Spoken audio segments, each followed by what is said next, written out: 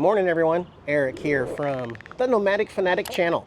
Thanks for joining me today, guys. I am working on a couple projects, clearing out the inside of the bus. I'm going to be getting the kitties out of the bus and moving them into the house here.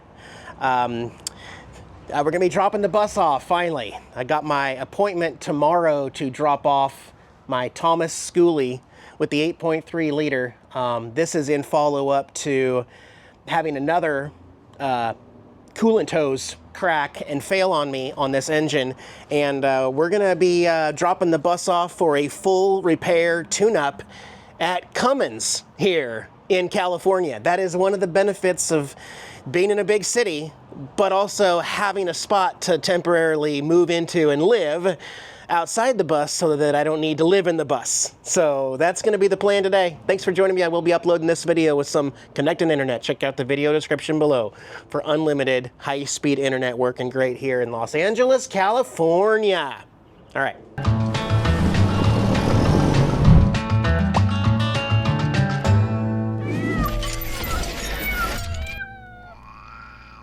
So I realized a couple videos ago when all this happened that one of the things that works as YouTubers is you try to keep things concise, but if you don't talk about something or bring up something specific, then a lot of the times the viewers will kind of fill in the gaps with some make-believe facts or stories that they've decided to choose. And so that's a little frustrating, but it tells me some of the things that maybe I do need to kind of update you guys on before I drop this bus off at Cummins, which I knew that diesel engines were going to be a little more expensive to work on.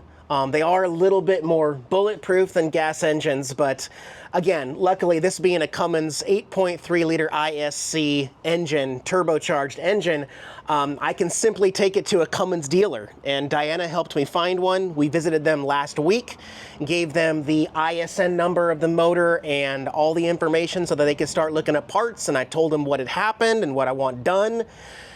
So, not doing a full tune-up, but they charge $260 an hour at Cummins. They're real proud of that hourly rate. Ouch.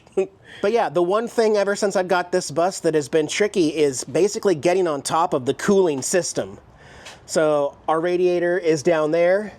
Our coolant is up here. Again, this sensor has failed on us. That would have been great to have had that sensor go off once this started draining on the road, but luckily Diana was behind me, letting me know in the truck that she was getting sprayed by sticky antifreeze. So this part is being ordered.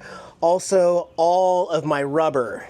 So this coolant hose here, this was the problem. This was the one that we cut and then put back on. So this 90 here, they're gonna check all of the rubber. There's okay, another one right there. That's part of the cooling system. Up here, you got a straight piece right there that's going to be replaced. All the rubber is going to be replaced. Of course, you guys remember this summer, Billy and I cleaned out all 3 radiators.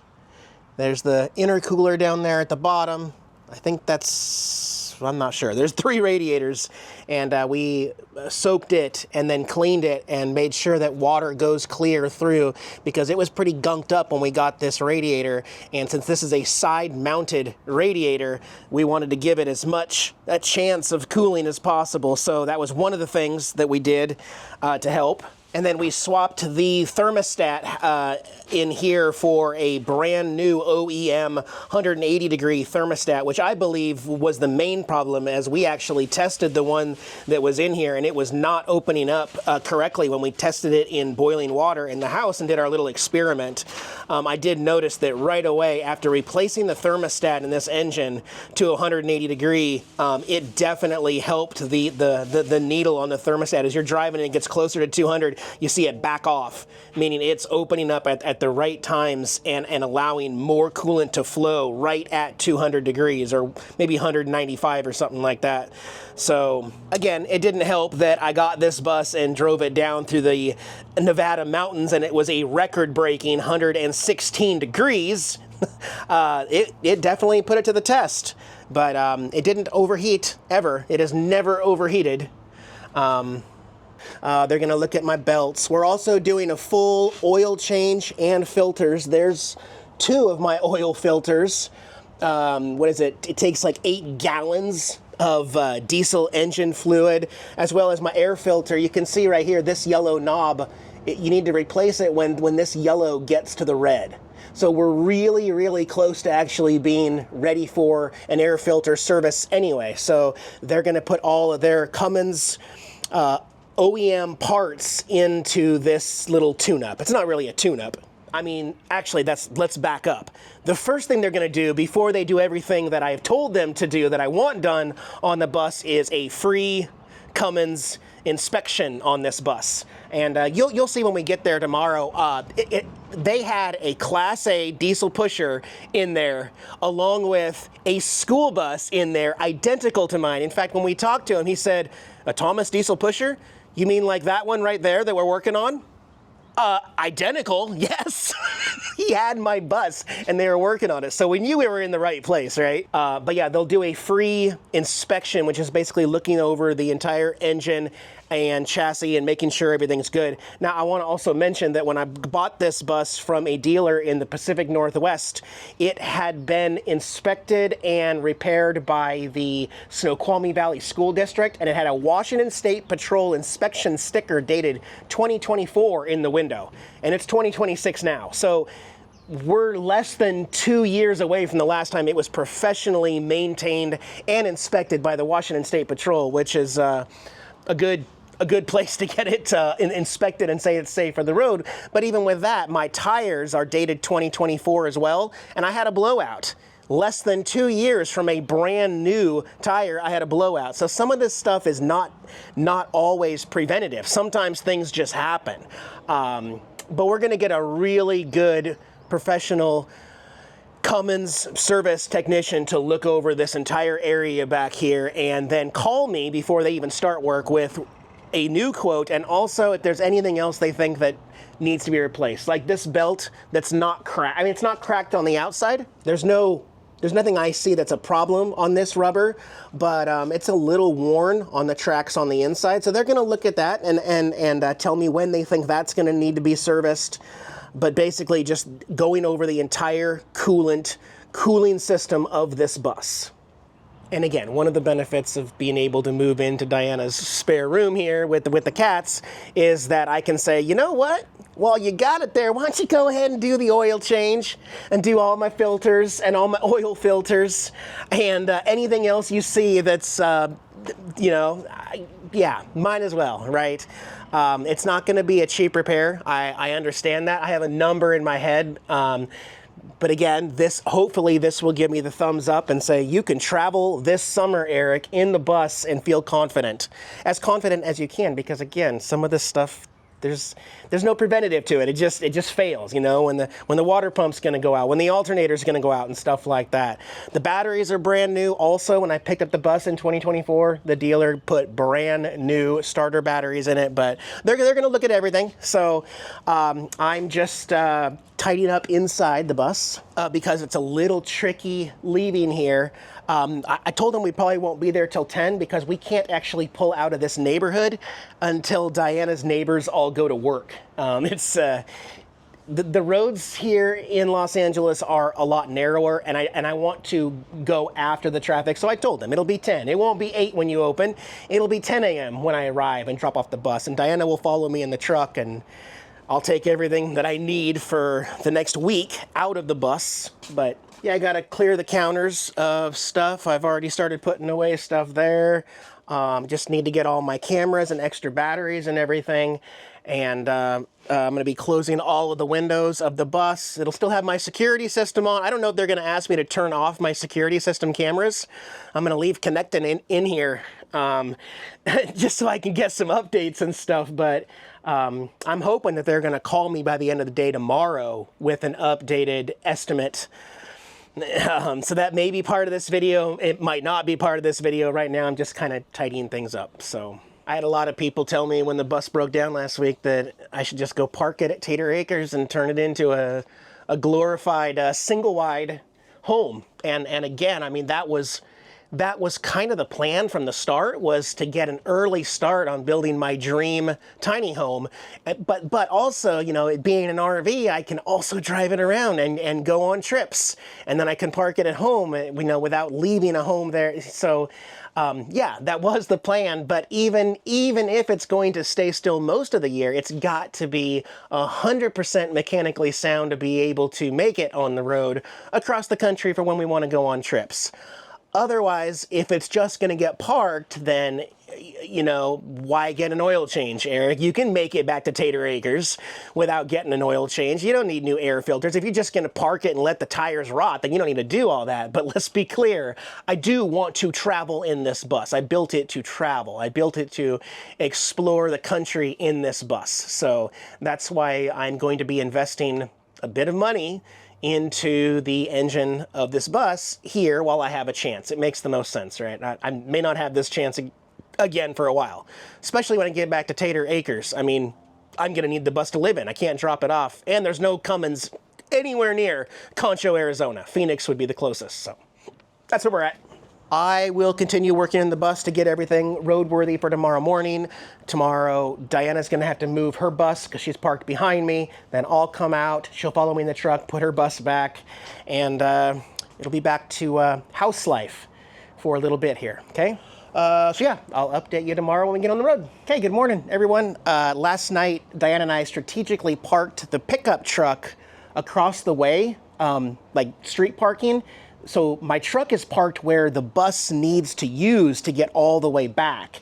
So kind of that way, well, we still have to move Diana's bus a little bit farther out and move the truck so that the bus can go way out, but we've got it cleared out of the driveway all the way to the curb now. As you can see, I was all the way up here. So I'm at least moved out, just waiting for Diana and a few more things, and then we'll get the bus out onto the road. We'll go drop it off. The kitties are unloaded. This is where I'm gonna be at for the foreseeable future. There's kitties hanging out. I did have to fix this screen right here. It was cut and ripped, so we got brand new screen here. There's lots of windows throughout here in the outdoor catio area. And they pretty much got full range of the whole room. I can spend as much or as little time as I want with them. And it's just temporary, guys. But I mean, it's still kind of a cool space and you get lots of fresh air all the time. So I mean, it's not that bad. Tara? You okay, girlfriend? Hi, Tara. He's such a good girl. I know this stresses out the girl. It's just temporary. We'll get our bus back, okay? They got their litter box right there. They got their food. They got fresh water. They're all good. And the hot tub is right outside. Just got the filter on. We're putting some chemicals in to keep it fresh. The heater's not on right now, but we will be using that. Lots and lots of sunshine and warmth here in LA all of a sudden. The rain seems to be gone. My watch says dry for 10 days.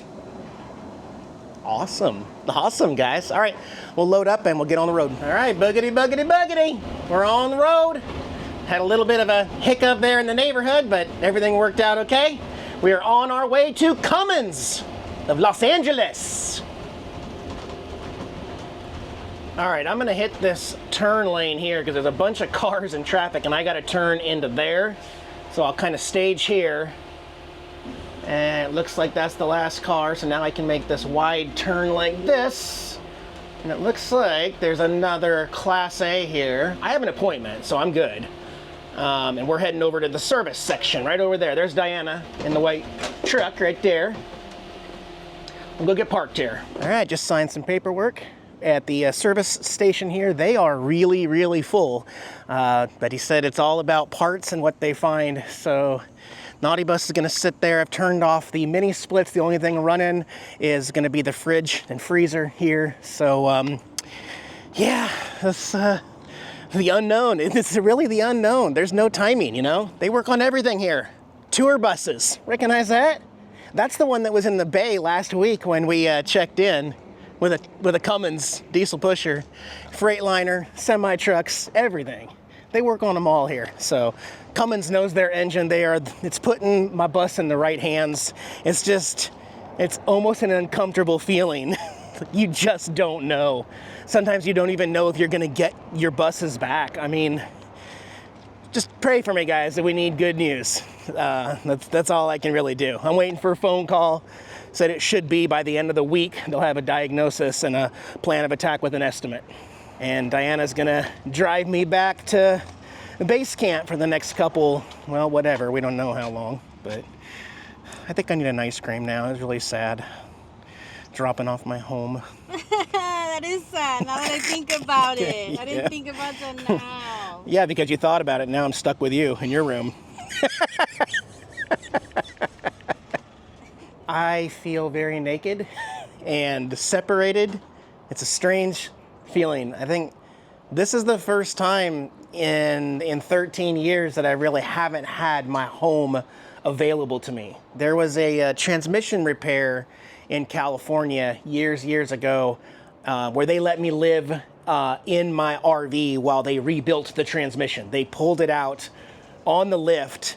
They raised my whole RV, dropped my transmission to go rebuild it. Then they lowered it back, put the tires on the ground, and allowed me to live in my RV with Jax. They're basically on the lift, but while the lift was down. And I don't think a lot of places would let you do that, but that was really nice. So Diana's actually pulled Shira up into the spot where I was at so that we can have the driveway back for this week. And other than that, guys, I really don't know what to tell you.